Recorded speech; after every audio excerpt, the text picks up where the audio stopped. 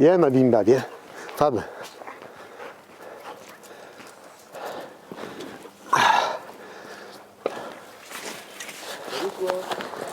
Il faut bien s'équiper, hein, vous voyez.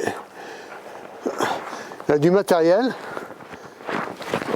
Je vous expliquerai pourquoi.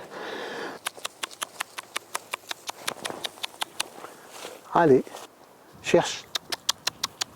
À Ourches, dans la Drôme, vit Bernard Pelurson, qui a une passion pour les truffes. Jadis, il fut professeur de mathématiques, mais on serait tenté de dire qu'il est devenu professeur de philosophie. Car la nature qu'il contemple sans cesse et qu'il connaît si bien, lui a donné une grande sagesse qu'il aime à partager. Sans doute il est chasseur, mais il est tout autant écologiste. Et puis, comme cuisinier, il est absolument hors pair. Cherche bien, cherche. Là, fabuleux. Stop, stop, stop, stop. Il y en avait une là-bas et une là. Hein. En même temps, il y en avait deux. Cite. Cite. Fabuleux. Où elle est? Stop, stop, stop. Non mais. Où elle est, où elle est, où elle est? Non mais. Non mais. Cite. Alors les chiens sont énervés parce qu'ils veulent leur récompense. Regardez, elle est là. Et là, vous voyez, il y a ce qu'on appelle un liodès. C'est un petit insecte qui fait des trous dans les truffes. Alors, c'est pas l'ami des trufficulteurs.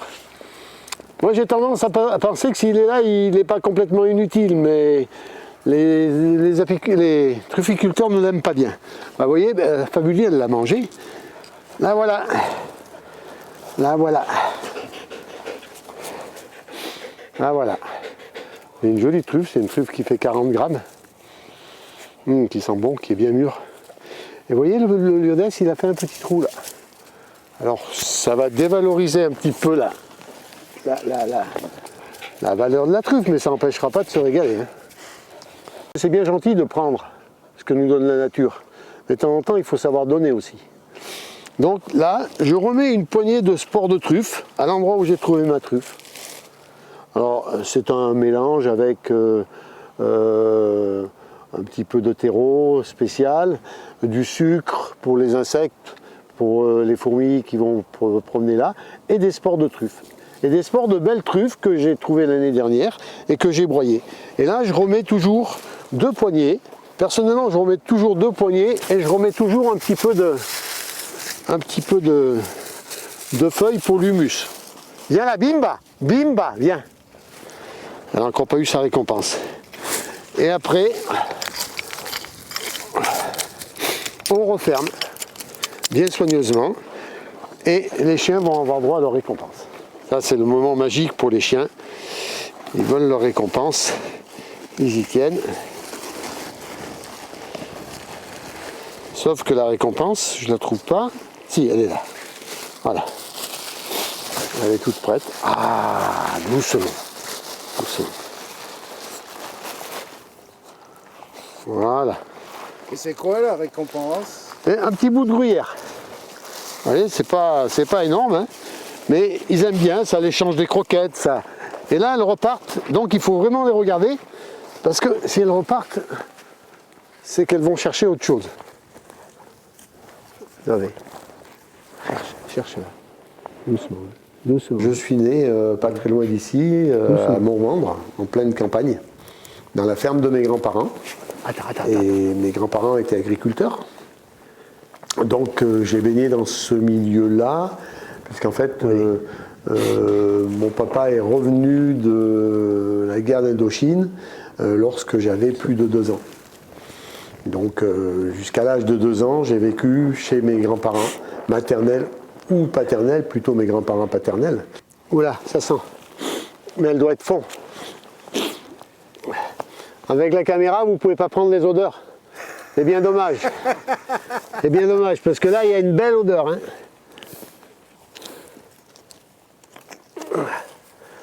Regardez, elle est là. Vous voyez là? Attends, non, cite. Je vais la chercher un peu plus loin, pour ne pas la casser surtout, parce qu'elle n'est encore pas déterrée. Et puis, voilà, je vais la faire venir. Voilà, voilà. Voilà. Ah. Regardez ça. Ça, c'est que du bonheur, quoi. Vous avez besoin de rien d'autre quand vous trouvez quelque chose comme ça pour vous faire plaisir. Vous n'avez que du bonheur, là. Et je crois que c'est Bouddha qui disait le bonheur, quand on le partage, ça ne le diminue pas. Et donc, moi, quand je peux faire partager ça à des gens, eh ben, ça me remplit de joie, quoi. Je suis content. Alors là où le bonheur est à son maximum, c'est quand vous allez chez les gens et que vous leur trouvez leur première truffe. Alors là, c'est vraiment quelque chose de grandiose parce qu'ils n'en reviennent pas. Alors après, vous voyez, il faut savoir aussi se contenter de ce qu'on a aujourd'hui. On n'a pas des grosses truffes, on n'a pas trouvé des truffes de 100, 120 grammes. J'en ai trouvé cette année des truffes de 150, 180, 200. C'est pas pour ça qu'on va bouder son plaisir, quoi. Hein? Elle est où? Stop. Stop, arrête. Sit, hop. Elle l'a sortie toute seule. Vous voyez? Bimba, c'est une vieille chienne et on va raconter son histoire. Hein. Elle avait été volée, elle est partie 3 ans de chez moi. Même si elle est très vieille, elle est très très forte, mais elle n'est pas très précise. Vous avez vu, elle a gratté à plusieurs endroits. Et elle, par contre, c'est la précision même. Vous voyez, là, elle est venue, elle a mis la patte sur la truffe. Vous voyez, elle est belle, hein? On les dresse quand ils sont tout petits, c'est l'idéal. Moi, personnellement, je suis très favorable à dresser par le jeu. C'est-à-dire que quand vous avez un jeune chien de 2 ou 3 mois, ben vous le faites jouer avec une truffe. Comme vous faites jouer avec une balle, vous lancez la balle, et bien là, vous lancez la truffe. Donc il y va, et vous faites ça 2 ou 3 jours de suite, et pas longtemps, 5 minutes, vous le récompensez bien. Puis la fois d'après, vous changez un peu de coin, mais vous le lancez par exemple là, dans l'herbe. Et là, il ne verra pas la truffe. Donc il sera obligé de se servir de son nez. Et comme il connaît l'odeur, il va la retrouver facilement. Et puis après, petit à petit, eh ben, vous mettez la truffe sous des feuilles, sous de l'herbe, jusqu'à ce qu'il gratte. Et ça doit se faire... Vous voyez, il doit y en avoir une autre là. Stop, stop, stop, stop. Stop. Quand pendant 2 ans, vous le baignez dans ce milieu-là, et ben, fatalement, ça laisse des traces, quoi. Alors ça m'a laissé beaucoup d'affection pour mes grands-mères, dont je parle dans mon livre que j'ai sorti là cet automne, pêle-mêle. Et puis ça m'a laissé des souvenirs lorsqu'on tuait le cochon, des souvenirs lorsque le boulanger passait, que je courais derrière la camionnette pour avoir droit à un croissant qui avait des odeurs, des émanations là aussi du croissant, c'était quelque chose de terrible. Je les laisse jamais trop traîner, vous voyez. Je les mets dans du sable humide et je les dirige à la chambre froide. Ce qui fait que, en fait, on ne les change pas beaucoup de leur milieu naturel. Hein. Elles vont être à température où elles étaient jusqu'à présent. Voilà. Il m'arrive qu'il y ait des gens qui m'en demandent, hein, des amis, des connaissances. Et c'est vrai que souvent pour les gens, ben, c'est quand même le moyen, quand ils connaissent la personne, d'être sûr d'avoir de la bonne truffe. Si j'ai une grosse quantité, je l'amène au courtier, quoi. Et après là, c'est ben voilà, c'est le côté le moins agréable parce que souvent il y a un petit peu du marchandage, quoi.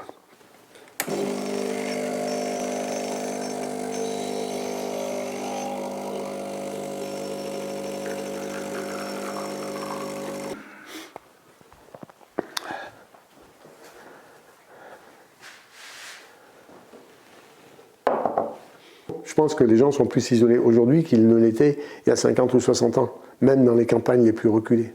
Quand j'entends des gens qui disent « Ouh là là, l'hiver arrive, mais c'est une catastrophe, ouh là là, encore pendant 3 mois, eh ben dis donc, on va déprimer. » Mais non, mais toute saison devrait nous amener à nous ressourcer. Dans toute saison, il y a des motifs de trouver la joie, de trouver du bonheur, à tout moment. Il n'y a pas que l'été, quand on bouffe les merguez jusqu'à 11h du soir, quoi. Mais l'hiver, la nuit qui tombe, qui vous oblige à rentrer très tôt chez vous, on a la chance d'avoir un toit. On n'est pas SDF. Si on pense un peu aux gens qui passent les nuits dehors, mais nous, c'est que du bonheur d'être devant un feu de cheminée. Mais c'est ça le bonheur. Et si vous voulez, aujourd'hui, les gens n'ont pas conscience qu'ils ont le bonheur tous les jours et en toute saison, s'ils sont simplement un petit peu lucides et s'ils ouvrent les yeux. Il est juste là, à côté, tous les jours. Là, on l'avait aujourd'hui avec les truffes, mais d'ici peu, ça va être avec l'ouverture de la pêche, où les rivières vont se mettre à chanter, les truites vont sauter, vont venir attraper les larves des moustiques à la surface. Et puis après, ça sera les morilles qui vont exploser au bord des rivières. Mais en même temps, vous êtes de cœur écologiste, on l'a bien compris, et vous chassez. Alors ça, c'est quelque chose. Alors je suis à fond écologiste, mais à fond, et je chasse et je revendique, et puis sans réserve, quoi. Voilà, j'assume la mort de l'animal, et aujourd'hui j'ai un petit peu du mal avec les gens qui voudraient nous convaincre qu'il ne faut plus manger de viande, quoi. Parce qu'il y a quelque chose qui m'échappe. Le jour où on ne mangera plus de viande, il n'y aura plus d'animaux. Il n'y aura plus de brebis. Vous connaissez quelqu'un qui va élever des brebis si on ne mange plus d'agneaux? Moi non. Parce que c'est un métier, et c'est un métier difficile. Hein. Bon, vous connaissez quelqu'un qui va élever des oies, des dindes, des poules, avec les difficultés qui sont les nôtres quand on veut faire un élevage un petit peu écologique, où les bêtes elles vont se balader à l'extérieur avec les prédations, des renards, des prédations normales qu'il faut gérer. Mais vous connaissez des gens qui vont le faire. À un moment ou un autre, on serait à un tel niveau de cheptel, en nombre, j'entends bien sûr, en tête, en nombre de bêtes, quoi, que ça serait ingérable. Il y aura une surpopulation. Alors, quelque part, c'est vrai qu'il faut qu'on soit conscient qu'on ne peut pas faire n'importe quoi, l'homme ne peut pas faire n'importe quoi. Mais je pense quand même que l'homme a un rôle à jouer dans la gestion de ces élevages et dans la gestion de cette nature. Et loin de moi l'idée de dire qu'il faut tout exterminer. Non, il faut bien réfléchir, on a changé nos habitudes. Moi, pour le premier, sous l'influence de mes enfants, je consomme moins de viande. Parce que je suis bien conscient qu'on ne peut pas en consommer comme on en consommait avant. La population est trop nombreuse. Mais par contre, j'ai plaisir à manger une bonne poule au riz, j'ai plaisir à manger une bonne oie ou un gigot d'agneau, quoi.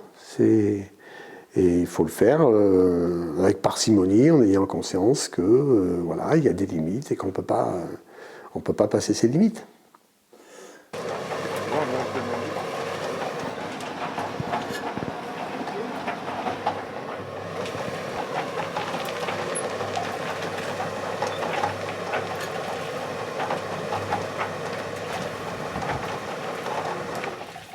Bon, j'arrête la bétonnière parce que sinon vous ne m'entendrez pas. J'ai préparé du terreau. Du terreau dans lequel je vais mettre des truffes. En fait, des spores de truffes. Donc j'ai mis des truffes que j'ai préparées, on les passe au congélateur, après on les broie un petit peu avec un broyeur. Et on les met dans un seau de vermiculite. On va les mélanger. Voilà. Un seau de vermiculite. Voilà. De toute façon, ça se remélangera dans la bétonnière. Hein. Elle est là pour ça, la bétonnière. Hein. Elle n'est pas là pour la décoration. Je change un peu la position. Là, il n'y a rien qui se passe.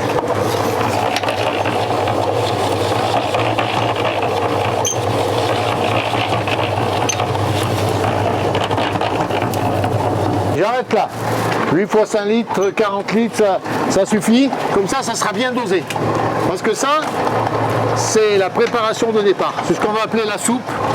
La soupe à partir de laquelle je vais faire une autre préparation qui sera moins concentrée, de façon à en mettre dans tous les arbres.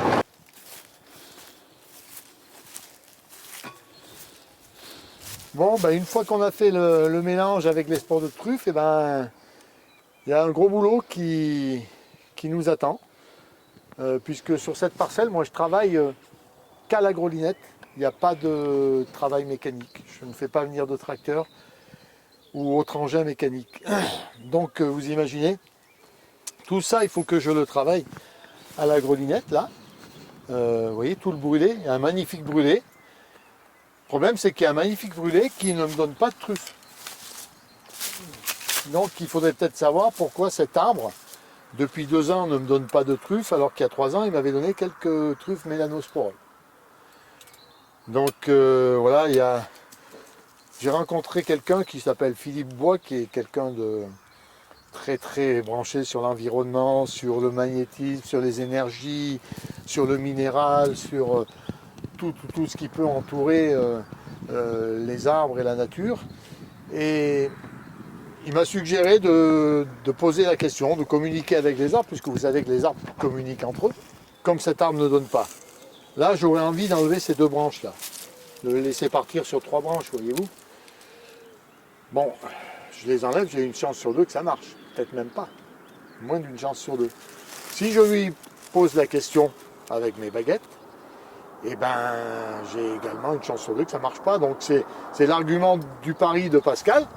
Eh ben, je risque rien à poser la question. Peut-être qu'il va me répondre et qu'il va me donner les bonnes indications. Alors, je vais lui poser la question. D'abord, lui demander s'il est taillé correctement pour produire de la mélanosporum. Est-ce que tu es pour produire de la mélanosporum? Alors moi, quand les baguettes partent comme ça veut dire oui. Donc apparemment, il est bien taillé. Et peut-être qu'il y a quand même une branche ou 2 enlevées. Est-ce qu'il faut enlever cette branche pour produire de la mélanosporum? Ah, là, c'est de l'autre côté. Donc il ne veut pas que j'enlève cette branche.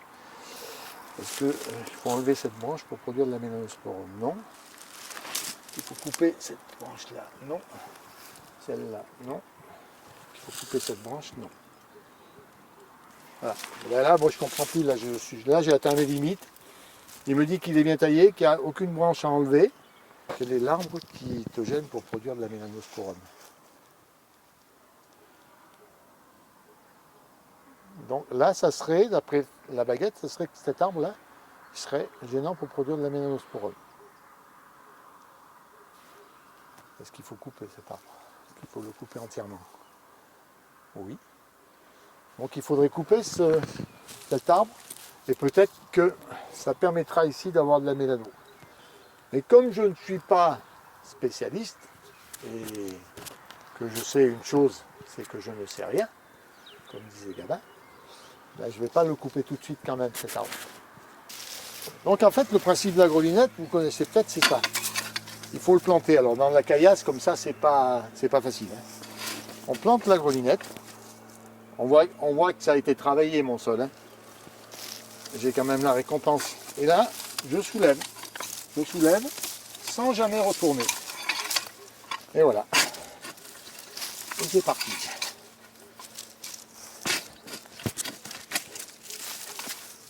Et alors ce que je fais, c'est que la préparation de tout à l'heure, la soupe diluée que nous avons préparée avant de venir, eh ben, j'en mets un petit peu partout. J'en mets une poignée par-ci, par-là. J'ai amené ce qu'il me faut là.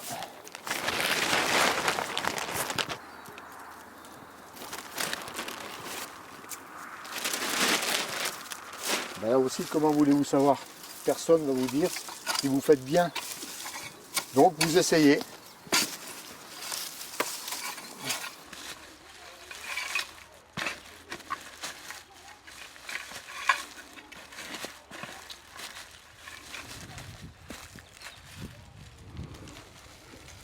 Moi j'ai eu par le passé une expérience très malheureuse. À l'époque où je louais, j'avais une location à la forêt dessous et les gens venaient la nuit à 1h du matin, à 5h du matin et volaient des truffes quoi. Donc on m'a dit, bah oui, tu vois, tu parles de la truffe et c'est pas bien parce que c'est quelque chose qu'il ne faut pas partager parce que ça suscite les convoitises et après tu t'exposes au vol.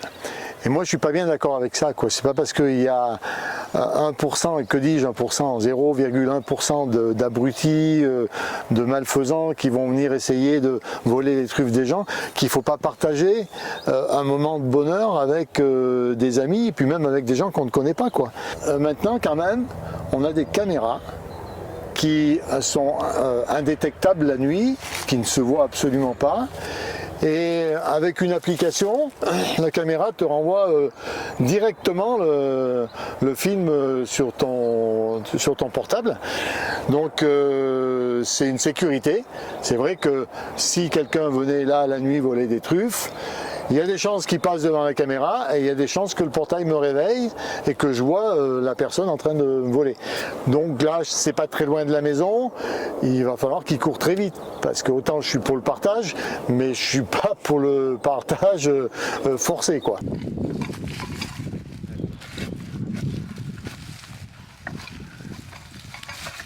Tout l'environnement a changé. Moi j'étais là à côté, là, à Montvendre. Il y avait des ruisseaux partout. Partout, il y avait des ruisseaux. J'allais à la pêche, j'étais tout petit, j'allais à la pêche avec une canne à pêche que je me fabriquais tout seul. J'attrapais des vairons. C'est super bon, les vairons, vous savez, ces petits poissons-là. Et le vairon, ça demande de l'eau claire et de la bonne eau hein, pour vivre. Hein. S'il y avait des vairons, c'est que c'était pas pollué. Là, aujourd'hui, il n'y a plus un ruisseau. Ça date des années Pisani, où on a dit, voilà, il faut que l'agriculture française se développe, il faut qu'on aille au-devant des gens, il faut du progrès dans les campagnes. Mais le progrès, il a pris le dessus très très rapidement et il a anéanti beaucoup de choses. Beaucoup de choses. Ce qui fait que aujourd'hui, on arrive à un déséquilibre profond quand même au niveau de la nature, des espèces qui disparaissent comme il n'en a jamais disparu. Et puis tous les événements, hein. Vous avez vu les feux de forêt, Alors jusqu'à présent, quand on disait ça, on nous disait mais ouais, mais toi t'es un emmerdeur quoi. Tu nous fais chier avec tes conneries parce que on peut plus voyager, on peut plus faire ci, on peut plus faire ça. Là aujourd'hui, les gens vous disent plus déjà vous êtes un emmerdeur. Mais on va doucement, hein. Vous vous rendez compte ? On s'est donné jusqu'en 2040 pour supprimer les plastiques. Mais on va où là ? On marche sur la tête. En 2040 pour supprimer les plastiques. Ça pourrait être fait en 2 ans, en 3 ans. Et quel prétexte ils nous ont donné, ces braves dirigeants-là, qui se disent écologistes en plus ? C'est que, ma foi, il y avait des stocks à épuiser. Non, il faut arrêter, quoi. Faut prendre le taureau par les cornes si on ne veut pas laisser moins que rien à nos enfants et à nos petits-enfants, quoi. Et toi, mon livre ? Moi, je vais voir du rouge. Allez. Les papillons viennent au mois de... Je ne sais pas quand est-ce qu'ils viennent, mais... Je pense qu'il doit y avoir assez de truffes, hein, ou rouspâtrées si on n'a pas assez. Hein. Mais elle est bien noire, hein. Elle est bien noire. Donc l'omelette, il fallait la préparer là-bas. Et là, tout de suite, on va préparer le beurre de truffe pour l'apéritif. Parce qu'on va se faire un petit apéritif avec un beurre de truffe. Alors, le beurre, tu le prends comme ça, là. Tu vois ? Et puis tu le coupes un petit peu, il est à température ambiante. Tu le coupes assez finement, comme ça en lamelles. Et tu le mets dans ton plat, de façon à ce que tu puisses le travailler, qu'il fasse un peu la pommade.